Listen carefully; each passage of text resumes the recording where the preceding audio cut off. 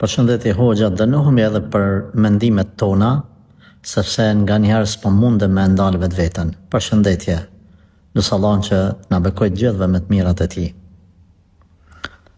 Parimisht në Islam njeriu nuk dënohet për mendimet e tija, përderisa nuk i man non stop mend të ato mendimet këqija, por i lufton, i largon, nuk është i kënaqur me ato mendime, edhe nuk i vën në praktik, nuk i realizon.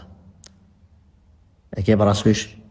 Mendimet e mira, nëse e mendon diçka mirë, e planifikon diçka mirë, edhe pastaj nuk e punon, e kini sevap. Por nëse mendon diçka keq, edhe se punon ata, nuk ki gjuna. Nëse mendon diçka keq, edhe e kultivon mendjen tënde non stop, derisa të krijohet si lloj dëshire ose bindje, për shembull një haram, një vjedhje, një amoralitet.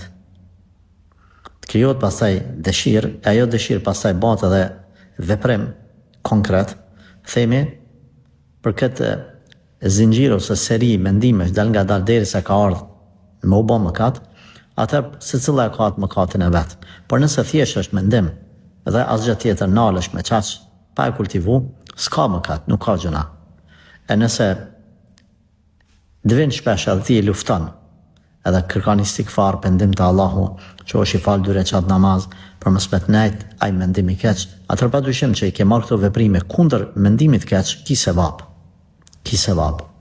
Dijeni gjë, Allahu xhaleshanuhu e di të msheftën edhe të dukshme në secillit prej robërve të tij.